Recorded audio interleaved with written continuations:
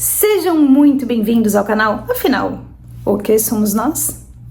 O que vocês estão prestes a assistir é algo inédito no canal.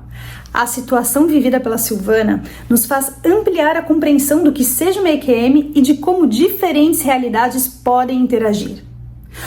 Olha, dá muito trabalho, viu? Falar sobre essa experiência sem dar nenhum spoiler para vocês. Mas eu posso garantir que vocês vão amar.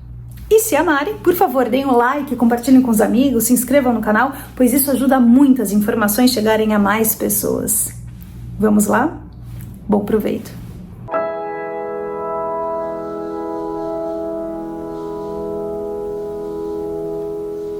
Silvana, bom dia. Muito obrigado por você aceitar compartilhar conosco a sua experiência de quase morte, que desde já, eu deixo claro, essa é uma entrevista diferente.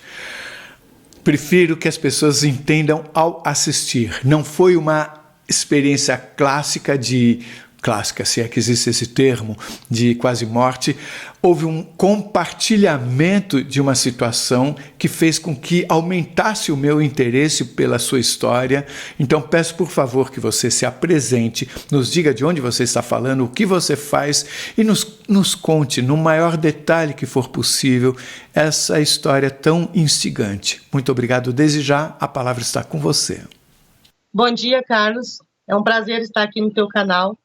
O meu nome é Silvana Pires, eu sou terapeuta e eu moro aqui em Visconde de Mauá, no estado do Rio. E essa história que eu vou contar para vocês aconteceu há 20 anos atrás, numa outra época que eu morava aqui. E é algo assim que mexe comigo até hoje, que me responde até hoje perguntas que eu faço para a minha própria alma. E é algo assim que eu não sei explicar como as coisas aconteceram e que mudou totalmente a minha história e mudou a minha vida. Bom, antes de eu começar a contar a história, eu vou precisar ir uma semana antes, porque depois lá no final isso vai linkar com a história toda, tá? O que aconteceu foi o seguinte, eu tenho uma filha, na época ela tinha 12 anos, e a história que eu vou contar para vocês é uma história da minha filha que foi compartilhada comigo no mundo espiritual. Então, uma semana antes desse acontecimento, eu fui fazer uma visita numa igreja local aqui, que é uma igreja pequenininha, porque uma amiga minha estava de aniversário e eu fui até essa igreja para prestigiá-la. E quando eu cheguei lá, tinha lá 2 missionários. Eles chamavam de mensageiros, esses homens. Era uma igreja muito pequena. E eles chegaram de outra cidade, né, e começaram o culto. E estava eu, a minha família. E a minha filha estava lá. E no meio do culto, esses 2 homens que estavam lá para fazer a pregação do dia, né, eles chamaram eu e a minha filha lá na frente. E eu fui, né, eu estava ali, eu tinha que ir. E quando nós chegamos lá na frente, ele olhou para mim, o que estava aqui entregar a mensagem, ele olhou para mim e disse assim, ó, mãe, abraça sua filha. E aí eu abracei a minha filha, e ele disse assim, ele me entregou isso como uma profecia, mas eu já vou adiantar que na época eu não gostava disso, de profecias, mas ele me entregou dessa forma. E ele disse assim, ó, mãe, você vai viver um momento sozinha com a sua filha, onde só você e ela vão estar juntas e abraçadas dessa forma. Então, você abrace ela como Cristo abraçou a igreja. E eu fiquei cri, porque eu não entendi, né? E mandou a gente sentar. E eu senti uma energia ali na hora, mas eu fiquei assim, porque eu já não gostava dessas coisas, né? Então, eu fiquei meio, né? Tá, passou. Eu esqueci essa história. E mais ou menos uma semana depois, eu estava no final, mais ou menos 4 horas da tarde, 3 horas da tarde, e a minha filha, aqui é um lugar, Carlos, que é um lugar turístico. Então, assim, naquela época, a minha filha, a tia da minha filha, ela tinha cavalos para alugar. Então, assim, alugava para os turistas, né?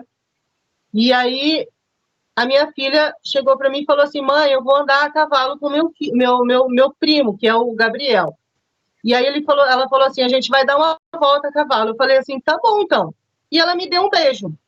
E eu tava assim na minha varanda, né? E aí tem um corredor, sai no portão. E quando ela me deu aquele beijo, que ela desceu as escadas e foi em direção ao portão, aconteceu algo comigo ali que foi assim, que já tinha acontecido antes, né? Que era o mundo parou. Era uma situação assim que tudo parava. É como se o tempo parasse. E eu fiquei olhando para ela indo e tudo parado. E eu fiquei pensando assim, vai acontecer alguma coisa, mas eu não liguei esse parar o mundo com a minha filha. Porque as outras vezes que isso tinha acontecido, tinha sido externo, para situações até mundiais, né? Então, o que eu fiz? Eu não liguei muito, eu fiquei tranquila. E entrei para dentro de casa. E mais ou menos uns 15 minutos depois, alguém gritou, Silvana, Silvana! E aí eu fui ver o que era, a pessoa falou assim para mim, a Rayana, ela sofreu um acidente. Ela caiu do cavalo e estava no meio da rua, no meio da estrada, que era estrada de chão, aqui ainda, hoje é asfaltado, mas naquela época era estrada de chão. Ela estava no meio da rua e um turista pegou ela e levou para Mauá, porque em Mauá que tinha o posto de saúde. Então, lá, aqui, vamos pensar assim, em 10 quilômetros, né? Então, de Mauá até onde eu moro é 4 quilômetros, da onde eu moro é 6 quilômetros até Maromba, que é o lugar. Mauá, Maringá e Maromba. Eu estava em Maringá. E ela tinha ido para Mauá, que é em direção a Resende. E aí eu peguei e fiquei desesperada, porque ele só disse isso, não me disse se ela estava viva, se ela estava morta, o que estava acontecendo. E eu peguei o carro e saí desesperada e fui para Mauá. Quando eu cheguei lá em Mauá, eu me emociono toda vez quando eu me lembro disso tudo, sabe? Então, se eu chorar, gente, fica tranquilo. É assim mesmo, tá? Quando eu cheguei lá em Mauá, ela já estava dentro como é que era uma Fiorino, daquelas antigas, sabe? Muito velha, aquele troço. Eu nem sei por que aquele troço estava aqui, porque às vezes ele nem funcionava. E aí ela já estava lá dentro e eu cheguei, a enfermeira falou, você precisa descer com ela. E eu entrei dentro do carro, né? E quando eu entrei dentro do carro, o meu sobrinho, que era o Gabriel, primo dela, ele falou assim, eu vou junto, e entrou junto dentro dessa Fiorino. Então, vamos lá, minha filha estava numa maca, na Fiorino, eles amarraram ela, e tinha do lado da Fiorino, assim, um banco, onde o meu sobrinho estava sentado, e eu fiquei sentado nos pés da maca. Você, quando me contou essa história, você explicou algo que você ainda não contou, não sei se vai ainda contar ou se você se esqueceu. Explicar o tipo de acidente que ela teve. Você vai detalhar isso ainda? Pois é, esqueci. Então fale agora. Então, o que aconteceu com ela? Quando eu cheguei ali, então eu pude ver o que tinha acontecido. Ela foi fazer um racha com o primo dela, só que ela foi fazer um racha, não era um bom cavalo, era um pangaré. Racha, explicando, seria uma corrida entre dois cavalos, entre dois pangarés. Entre dois cavalos. Os cavalos não eram bons, né? Então, o que aconteceu nessa situação? A gente não sabe por quê. O cavalo que ela estava, ele freou, parou, de repente, e empinou. E depois saiu correndo de novo. Isso contado pelo meu sobrinho. Então, o que aconteceu com ela nesse movimento? Ela rodou para baixo da sela do cavalo, ficou segurando na sela e depois ela caiu no chão e o cavalo pisou aqui na cabeça dela. E ela estava inconsciente quando eu cheguei lá.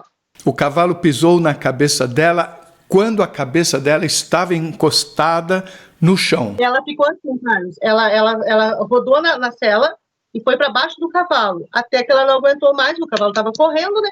Não aguentou mais e ela caiu. Quando ela caiu, o cavalo pisou assim, aqui nela. Ela chegou a ser arrastada, inclusive, pelo cavalo? Não. Quando ela caiu, ela já caiu, o cavalo foi embora e ela ficou ali, no chão, né? Deitada ali, e os turistas pegaram ela e levaram para Mauá. E aí, então, quando eu cheguei ali, eles me contaram isso que tinha acontecido e a gente começou a descer. Mas veja bem, quem conhece a região aqui, hoje vê uma região toda asfaltada, mas naquela época não tinha asfalto, era estrada de chão. E de Visconde de Mauá até o hospital são 42 quilômetros de estrada de chão. E não era uma estrada normal, gente, era cheia de buraco. A gente chamava aqueles buracos de cratera, de tão grande que era. Você tinha que escolher o buraco que você ia cair. E aí a menina já estava ali naquela situação, e a gente começou a descer essa serra. Qual era a situação dela? Ela estava inconsciente, ela estava deitada, né, e com os olhos fechados, e ela não estava morta, mas ela não estava normal. A gente via que ela estava viva, mas não estava normal. E quem estava na Fiorino? Só o sobrinho que entrou, embocou ali junto, né, e eu. Tá? E os dois motoristas, tinha um enfermeiro, né, e um motorista lá na frente dirigindo. Atrás com ela? Eu e o meu sobrinho. E ela, né? Ok. Aí nós começamos a descer a serra, e assim, questão de 5 ou 6 quilômetros, ela começou a ter uma convulsão. E ela começou a tremer assim, se balançar muito, sabe? E aí ela olhava para mim como se ela estivesse me pedindo alguma coisa. E ela olhava para mim assim, e depois ela fazia assim, e desmaiava. E daí, nessa vez que ela fez isso, eu fiz um grito lá dentro, né? Pedindo pro enfermeiro vir olhar o que tinha acontecido. Eles pararam, olharam ela. E aí ele falou, não, tá tudo normal. E continuamos descendo a serra. E se são 42 quilômetros, uma serra esburacada, a gente levou mais de 1 hora para chegar lá, né? E aí ele continuou correndo para a gente poder chegar até lá, e ela voltou à consciência, e ela, de novo, ela fez aquilo, ela sacudiu, eu tentei segurá-la, né, e para ela não se machucar, porque ela estava amarrada ali, ela estava sacudindo, e ela ficava com uma coloração diferente, e eu fiquei desesperada, né, e fez de novo aquilo, sabe, de inspirar o ar assim, e soltar e desmaiar. E o enfermeiro nem ligou. Eu gritei de novo, vamos embora. Daqui a pouco ela volta de novo, tá? E aí aconteceu algo, a gente já estava quase saindo da parte da estrada de chão. Ela teve quantas convulsões? Foi na terceira convulsão que aconteceu, que eu vou contar para vocês. E aí, naquele momento que ela voltou, e ela olhou para mim de novo, e ela parecia que ela estava me pedindo socorro, sabe? Que ela estava me dizendo, ajuda, mãe. Eu não sei, a sensação que a mãe tem é essa, né? E ela começou de novo a se debater, e dessa vez ela se debateu muito mesmo, assim, sabe? E aí ela foi, cara, só que ela foi de uma forma diferente. Ela levantou o corpo tanto que ela pôde, ela fez assim, ó, e foi. Só que quando ela foi, cara, foi diferente das outras vezes. Eu não sei, eu nunca vi gente morrer, mas a sensação que eu tive foi que ela morreu, porque a vida saiu dela. Ela não era como as outras vezes que eu ainda senti o risco da vida. Eu percebi que ela tinha saído dali. Quando isso aconteceu, eu fui para frente, sabe, para fazer a mesma coisa que eu já tinha feito, né? Só que quando eu fui para frente, assim, para fazer isso, eu senti uma mão que me segurou. Tipo assim, eu tô aqui, a mão fez assim, sabe? Me segurou. E eu não consegui ir para frente. Mas no mesmo momento que aquela mão fez, eu olhei aquela mão, imagina a minha mão assim, era uma mão enorme. Eu olhei aquela mão, era a mão mais linda que eu tinha visto na minha vida. Eu conseguia ver até os poros daquela mão, era uma mão branca, bonita, com as unhas perfeitas, tudo perfeito. E eu olhei assim, tinha um brilho ao redor daquela mão. Mas foi uma questão de segundos isso. Eu olhei, e quando eu olhei, eu já não estava mais dentro daquela Fiorino. Eu me vi, porque vamos pensar assim, ó. A gente estava descendo, né? Então, do lado de cá é serra, e pro lado de cá é mata, né? Na minha esquerda é mata, e do lado direito é a serra que estava descendo, né? E quando aquilo me encostou, que eu olhei, eu me vi, Carlos. Eu não estava mais dentro da van, eu me vi. Era como se fosse um portal, sabe? Se eu for dimensionar, seria uma coisa de 3 metros de largura por uns 4, uns 5, sei lá, de altura. Na mata. Ali, como se fosse um portal ali no meio da mata. E esse portal, ele tinha uma coloração rosa chiclete, bem clarinho, como se fosse uma fumacinha, sabe? E quando eu me vi naquele lugar, eu já percebi que eu não estava sozinha, que tinha um ser do meu lado. Mas, ao mesmo tempo que eu percebi, foi tudo muito rápido, eu atravessei esse portal. Era como se eu soubesse que tinha que atravessar. Eu atravessei esse portal junto com essa pessoa. E quando eu atravessei, eu me vi num outro ambiente. Eu vou chamar de dimensão, tá? Porque é como eu entendo. Era como se ali, naquele portal, tivesse uma outra dimensão, uma outra realidade. E eu vou contar para você como que, quando eu atravessei, como que eu me senti ali. Porque eu não tenho como explicar de uma outra forma, Carlos. Eu só posso falar do que eu senti naquele momento. A primeira coisa que eu posso declarar para você é que eu já não me lembrava mais que tinha tido um acidente. Eu já não me lembrava mais que a minha filha estava naquela situação dentro da Fiorino. Eu não tinha mais problema, não tinha mais nada. Era como se eu tivesse...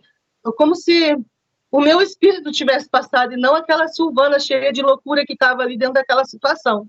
Então, eu não lembrava mais. E quando eu me olhei do lado, sabe? Aquele ser que estava comigo, ele tinha mais ou menos uns 3 metros de altura, eu acho. Porque eu tenho 1,60 m e eu batia no cotovelo dele. E ele estava com a minha filha nos braços. Só um pouquinho. Não é que pode uma coisa que aconteceu há 20 anos tocar a gente dessa forma, né?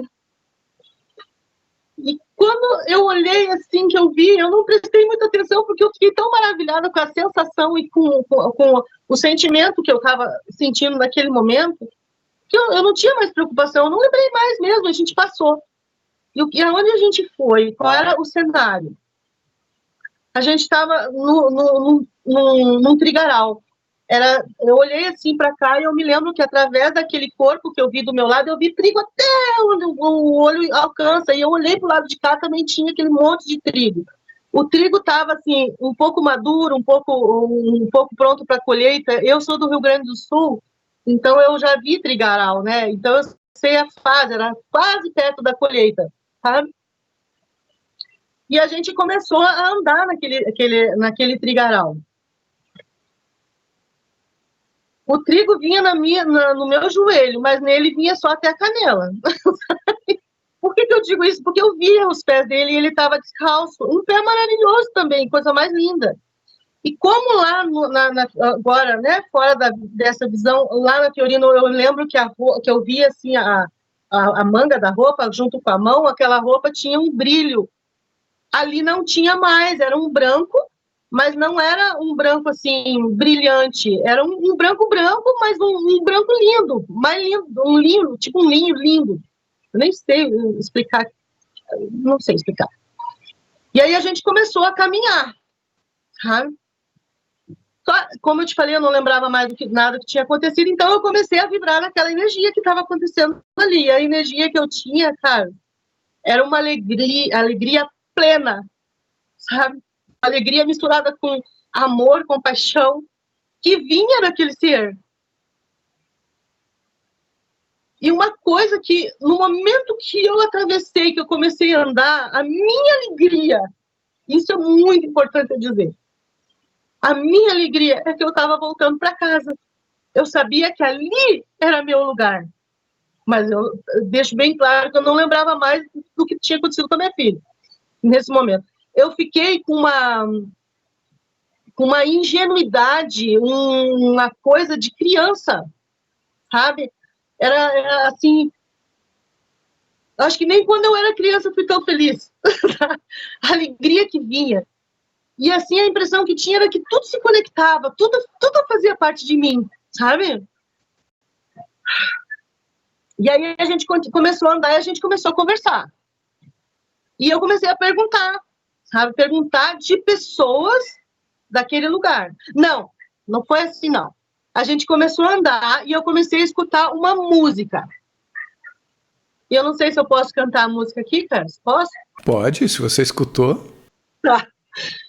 É uma música que foi gravada há muitos anos atrás, eu nem sei se é um clássico, mas foi gravada pelo Voz da Verdade.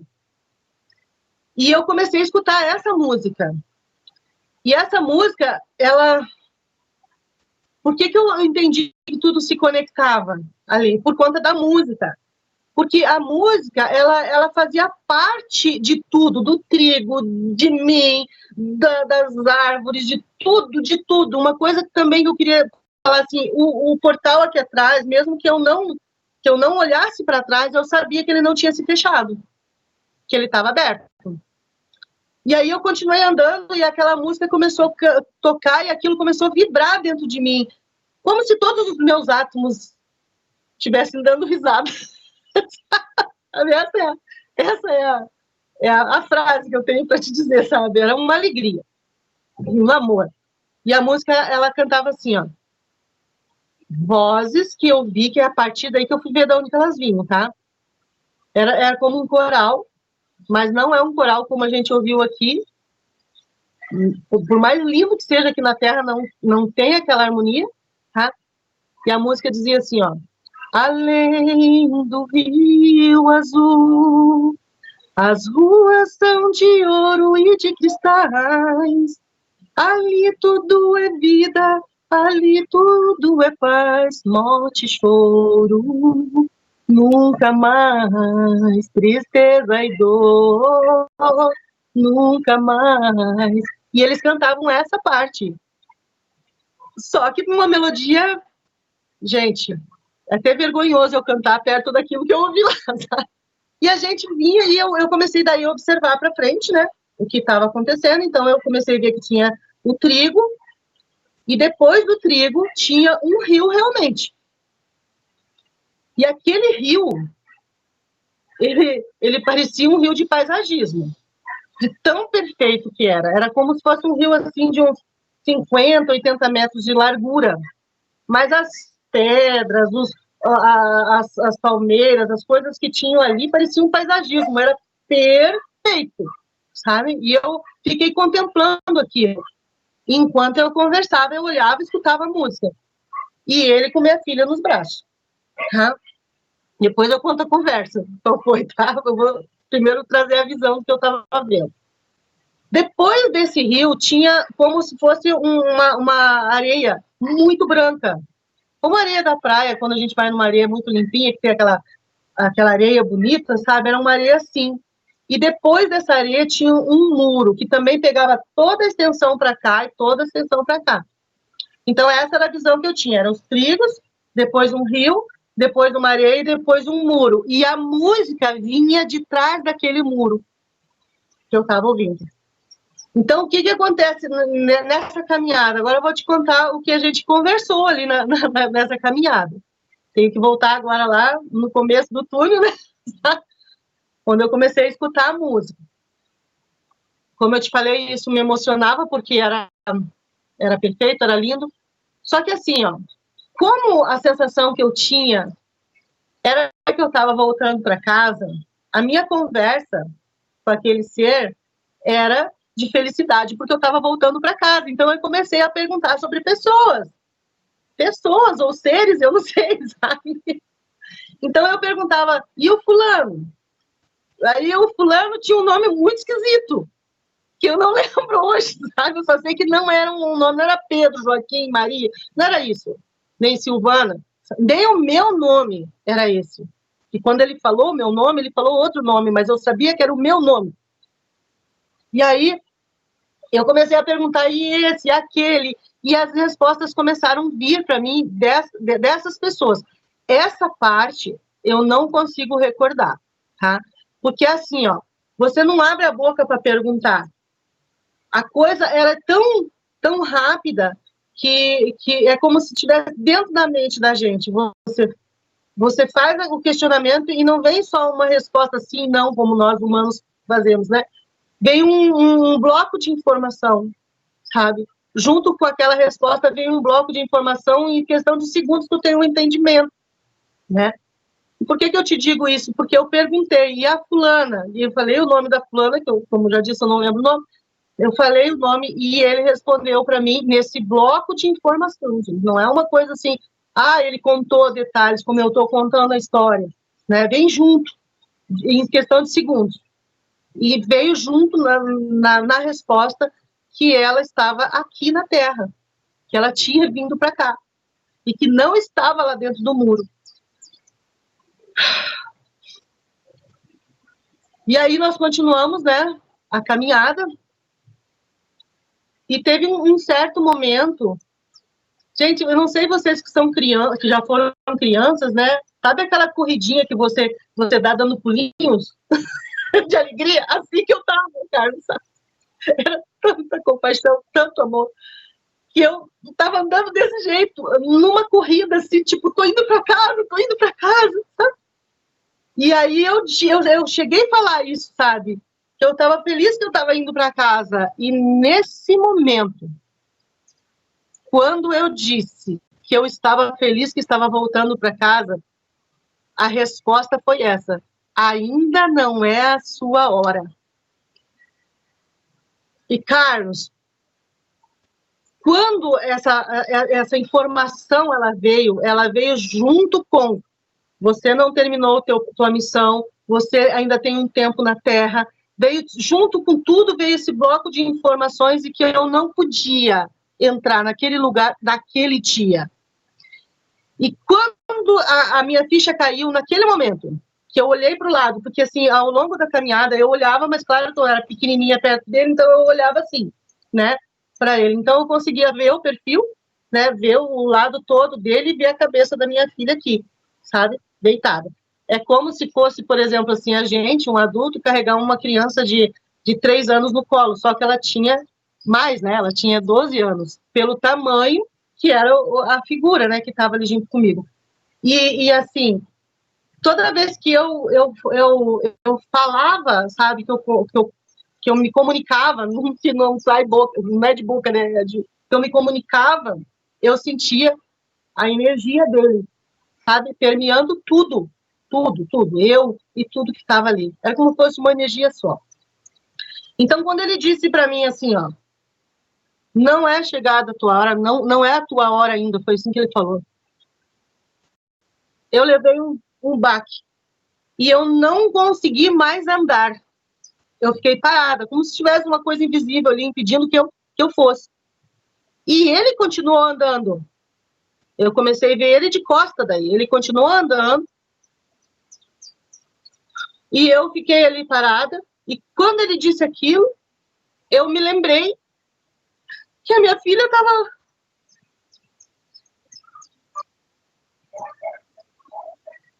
que a minha filha tinha sofrido um acidente, que a minha filha estava lá dentro da Fiorina, dentro da ambulância, e que ele tinha ido lá buscar ela. E isso, assim, foi uma questão de segundo que toda essa informação voltou. Foi nesse momento que você reconheceu que ele estava carregando a sua filha? Não, eu sabia o tempo todo, mas eu tinha paz com isso.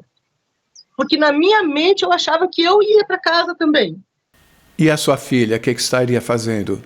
E eu não estava pensando nela, Carlos. Não tinha essa questão. A questão chegou ali na hora, quando ele disse que eu não ia. Então veio toda a informação de volta na minha mente de que ela estava lá dentro e que ela tinha morrido e que aquele ser que eu estava vendo ali na minha frente, que tinha passado e eu não conseguia mais acompanhar, ele estava levando ela. E aí, Carlos, quando eu via que tudo isso veio na minha mente, né? Eu desesperei. E eu comecei a gritar, sabe? Eu comecei a dizer assim, ó, e ele andando. E eu não conseguia ir, nem mais um passo, não me mexia. E eu comecei a dizer assim, ó, não leva ela, porque uma coisa que veio na minha cabeça é que no outro dia eu ia ter que enterrar o corpo dela. E isso me desesperou, sabe? E eu comecei a gritar, não leva ela! Não leva ela! E eu gritava, não leva ela! Só que teve um momento, cara, e ele continuou andando. Teve um momento, eu não sei explicar, mas parece que saiu de todo o meu ser, de tudo que eu existo, de tudo que eu sou, o mesmo grito. E eu gritei, não leva ela, por amor de mim. Eu falei. E quando eu disse isso, a impressão que eu tive que uma energia saiu de mim e fez assim, ó.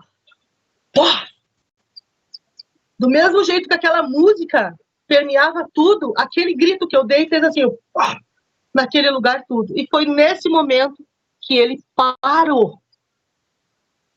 Ele parou de andar. E eu me lembro também, Carlos, assim, dentro dessa história, quando ele foi andar, antes antes de eu começar o desespero, de fim, tudo, eu falei, como é que ele vai, dentro dessa questão de que ela estava morta, e eu pensei, né, como que ele vai atravessar aquele rio? E dele veio a resposta, que ele andava sobre a água, sabe? E acho que foi isso que fez com que eu entendesse que na minha percepção, né, então aquele ali era Jesus, ou todos lá no outro lado andam sobre as águas, como Jesus fez, né? Na minha percepção foi que ele estava levando ela para morar lá dentro. E aí, quando isso aconteceu, que eu dei esse grito, por amor de mim, foi essa palavra que mudou tudo, sabe? Porque, na verdade, eu acho que ali eu fiz um questionamento, se tu me amas, né? Mas dentro do meu desespero saiu assim, por amor de mim. Mas era tão genuíno que fez assim, ó, pó, sabe? Como exprimiu tudo. Às vezes eu fico pensando que esse grito que eu dei, ele ainda tá ecoando, sabe? E naquele momento ele parou. Ele não andou mais. E, de repente, foi assim, ó, eu tava dentro da Fiorino de novo. E quando eu tava ali dentro da Fiorino, eu percebi o seguinte, que ela estava parada, e quando isso começou, ela estava andando, eu não sei se foi o meu sobrinho que chamou, que fez eles, gritou por eles, mas eu fiquei sentada assim, sabe? Eu não tinha reação nenhuma. E aí, quando eu olhei para ela, eles tinham parado a van e estavam dando a volta para abrir, né, para ver o que estava acontecendo ali dentro. Era isso que estava acontecendo. Mas eu voltei e vi a minha filha ainda daquele jeito. E quando eu cheguei, ela chegou também. Ela fez assim, ó. E voltou a cor como se ela não tivesse doente, sabe? Voltou tudo ao normal. Ela não fechou mais os olhos. Aí os caras chegaram, pediram para eu sair. Eu estava tão anestesiada, tão pelo que eu tinha vivido, que eu não conseguia nem sair. O cara teve que me tirar dali, que as minhas pernas estavam mole, estava tudo diferente. Meu corpo parece que, eu não sei nem explicar, parece que eu não tinha domínio, sabe? Daí me tiraram dali de dentro, olharam ela, viram que estava tudo bem. Logo em seguida tinha uma parte que era de asfalto, então a gente foi mais rápido para o hospital e eu fiquei ali. Não vou te dizer que eu estava em estado de choque, eu estava em estado de graça. Essa é a palavra. Estava em estado de graça. Porque, Carlos, eu tinha a certeza absoluta que se ela voltou, eu tinha isso dentro de mim, se ela voltou, se ela não continuou aquela caminhada, então ia ficar tudo bem, que ela não ia ficar com sequela, que ia dar tudo certo, que ela ia viver. Então podia demorar mais 10 horas para a gente chegar no hospital. Eu tinha uma certeza absoluta que ela ia viver, então ali foi uma graça que eu recebi, fiquei ali, sabe? Meu sobrinho ficou olhando para mim, eu não falei mais nada durante a viagem, eu tinha certeza. Aí quando chegamos lá no hospital, ela foi direto para a emergência, e lá da emergência já foi fazer os exames, foi fazer tudo, e o médico chegou em mim, né, e perguntou o que tinha acontecido, eu respondi, depois falei, mas não se preocupe, vai ficar tudo bem. E o médico apavorado, que não tinha chegado o resultado dos exames aí, os parentes começaram a chegar, e daí todo mundo chegava e perguntava para mim, não, tá tudo bem, tá tudo jóia, ela vai ficar bem, tá tranquilo, porque eu tinha dentro de mim a certeza absoluta. Então era cômico, sabe, porque nós ficamos ali naquele hospital 20 e poucos dias, porque o que aconteceu? Ela deslocou isso aqui, né, ela saiu do lugar e inchou desse tamanho, sabe, e ficou tudo preto, essa parte, e ainda aqui deu um coágulo de sangue, de água, aqui, embaixo, entre o cérebro e o crânio, e outro entre o crânio e a pele. Então, ela ficou desse tamanho, toda deformada, desse lado aqui. E outra coisa também que aconteceu com ela foi que ela perdeu a fala. Isso é uma coisa que eu hoje dou risada, mas na época foi muito difícil, porque agora eu vou linkar com a história lá do mensageiro, né? Ela só conhecia eu, Carlos. Ela não tinha consciência de quem era o pai, de quem era a tia, quem era a melhor amiga, quem era o irmão. Ela não tinha consciência de ninguém. Ela só recordava de mim. Então, ela sabia que eu era a mãe dela. E outra coisa que aconteceu também, ela não falava normal. Isso pode ser uma coisa né, do acidente, que foi o que o médico falou, mas eu que me comunicava com ela, de tanto ela repetir a mesma frase, parecia um outro idioma, Carlos. Hoje, se fosse hoje, eu ia gravar e colocar no Google Tradutor para ver se era um idioma. Naquela época não tinha isso. Porque a impressão que eu tinha é que ela estava falando outro idioma.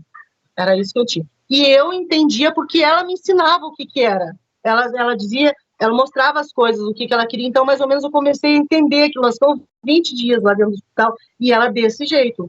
Quando os parentes chegavam e olhavam ela, então ela estava falando um outro idioma, ela não conhecia ninguém, estava toda torta, e eu dizia que estava tudo bem. E ficou tudo bem mesmo. O médico mandou nós para casa depois, ela não precisou fazer cirurgia, não precisou fazer nada, foi só o tempo de recuperação. E o que eu tinha dentro da minha alma? Que o estrago já estava feito no corpo. É isso que eu entendia, sabe? O estrago já estava feito. E era questão de tempo para o corpo se regenerar. Mas que não ia acontecer mais nada, sabe? Era isso que eu tinha dentro de mim. E realmente foi isso. Nós voltamos para casa, ela continuou não conhecendo ninguém, demorou mais 1 mês e meio, mais ou menos. Um dia, do nada, ela conheceu todo mundo. Ela conheceu não, ela reconheceu todo mundo, sabe? E aí, assim, depois dessas coisas que aconteceram com ela, teve algumas situações, né, que mudou completamente, tanto na minha vida, como na vida dela, tá? Não deixem de assistir a segunda parte da entrevista da Silvana, onde ela responde as nossas muitas perguntas. Você vai amar. E se você gostou, por favor, se inscreva no nosso canal. Dê likes, faça comentários, compartilhe com seus amigos, toque o sininho, porque assim você sempre fica sabendo quando chega vídeo novo saído do forno. E se você tem alguma dúvida ou passou por uma EQM e gostaria de compartilhar a sua história com o mundo, por favor, nos escreva. O nosso e-mail é afinal.oquesomosnós@gmail.com. Essa é uma nova fronteira do conhecimento humano. Vamos juntos atravessá-la?